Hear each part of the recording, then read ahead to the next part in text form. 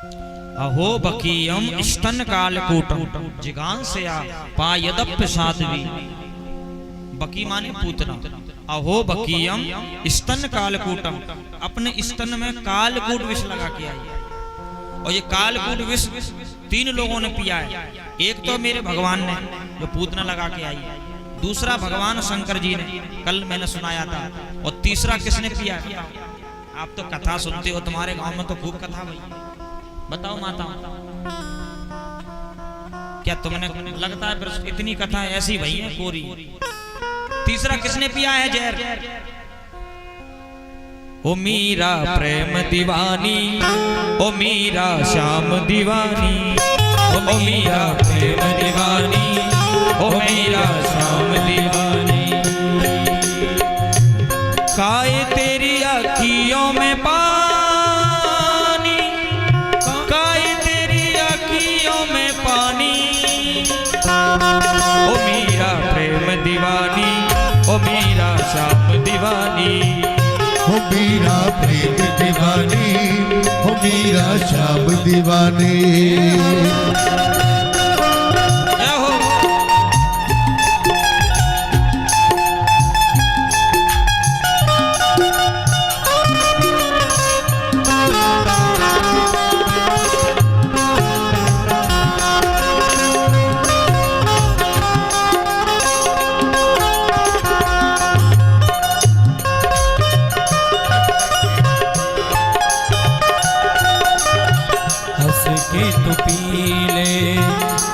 का प्याला, हंस के तू पी ले विष का प्याला। तोई कड़र तेरे संग गोपाला, तोई कड़र तेरे संग गोपाला। ओ मीरा प्रेम दीवानी, ओ मीरा श्याम दीवानी, ओ मीरा कृष्ण दीवानी, ओ मीरा श्याम दीवानी। मीरा प्रेम दीवानी, ओ मीरा श्याम दीवानी। ओ मीरा प्रेम दीवानी, ओ मीरा श्याम दीवानी, ओ मीरा प्रेम दीवानी। हंस के तू पी ले विष का प्याला, हंस के तू पी ले विष का प्याला। तो ये क्या डर तेरे संग है गोपाला, तो ये क्या डर तेरे संग गोपाला। श्याम मिलन की मन में ठानी, श्याम मिलन की मन में ठानी, श्याम मिलन की मन में ठानी है। प्रेम दीवानी मीरा कृष्ण दीवानी, प्रेम दीवानी मीरा कृष्ण दीवानी। आज तीसरा अगर किसी ने जहर पिया है तो मीरा ने।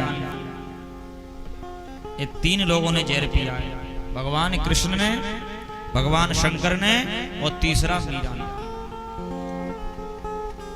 और केवल ज्यादा कोई झगड़ा नहीं था सास बहू का।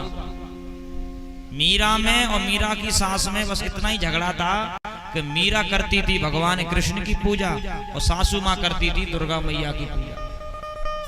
एक दिन दुर्गा मैया की पूजा की आरती लेकर के आई और कहती है, बहू ले चल दुर्गा की पूजा कर। मीरा ने कह दिया, मेरे तो गिरधर गोपाल दूसरों ना कोई, जाके सिर मोर मुकुट मेरो पति बोई। मैं तो अपने कन्हैया को जानती हूँ और काऊ है ना जान। पर मैं ये थोड़ी कह रही हूँ कि तुम कन्हैया दुर्गा को छोड़ दो, कन्हैया को पकड़ लो, दुर्गा की पूजा करो। पर मैं तो कन्हैया की ही आरती करती हूँ, मैं तो कन्हैया की ही जोगन हूँ। सास को बड़ी गुस्सा आई, बहू मुंह से मुंह चला रही है। और जो सासें होती है ना, और बहू ने कच्चू कह दे तो फिर सासों कम नहीं है। जोर से बोलो राधे राधे। एक जगह हमारी कथा हो रही महाराज, तो मैंने कहा कि कौन कौन चाहता है महाराज जो बैकुंठ जाओ चाहे। तो सबने हाथ उठा दे। एक बहू आई थी बेचारी, मां ने हाथ नहीं उठाया। तो हमने कहा बिटिया तेने हाथ काहे ना उठाया? तो कहने लगी महाराज मेरी जो बगल में सास बैठी है ना, इनने हाथ उठा दो। मैंने कही तो? बोले जब ये यहां से वहां चली जाएंगी तो मुंह को तो यही स्वर्ग है। हे भगवान महाराज, सास ने ससुर को भड़काया। किसको? राणा जी को, कि ये बहू मुंह से जो है गलत बोल रही है, और ज्यादा कृष्ण की दीवानी है, ज्यादा श्याम की दीवानी है, तो जाए जहर दे दो। तो राणा जी ने जहर भेजा और कालकूट विष, और कह दिया जाकर के लो चरणामृत पी लो, क्योंकि दुर्गा के नाम से तुझे पिएगी नहीं। तो मीरा ने कहा चरणामृत किसका है? बोले कृष्ण का। तो ले लिया, देखा तो महाराज वो तो काला काला। बोले ये कैसा चरणामृत? चरणामृत तो मतलब अलग होता है। बोले ये कैसा है? अरे बोले कृष्ण भगवान के चरणों का कलर छूट गया है। मीरा ने कही मैं समझ रही हूँ, ये अमृत नहीं है, ये चरणामृत नहीं है, ये जहर है। ध्यान से सुनना, जो भेजा है वो जहर है, वो जो भेजा है वो जहर है। और भगवान को नवाया नहीं है, सिर्फ नाम लिया था कि चरणामृत है, तो भी वो जहर चरणामृत बन गया। सिर्फ नाम लिया था कि चरणामृत है, तो भगवान ने उसको भी चरणामृत बना दिया।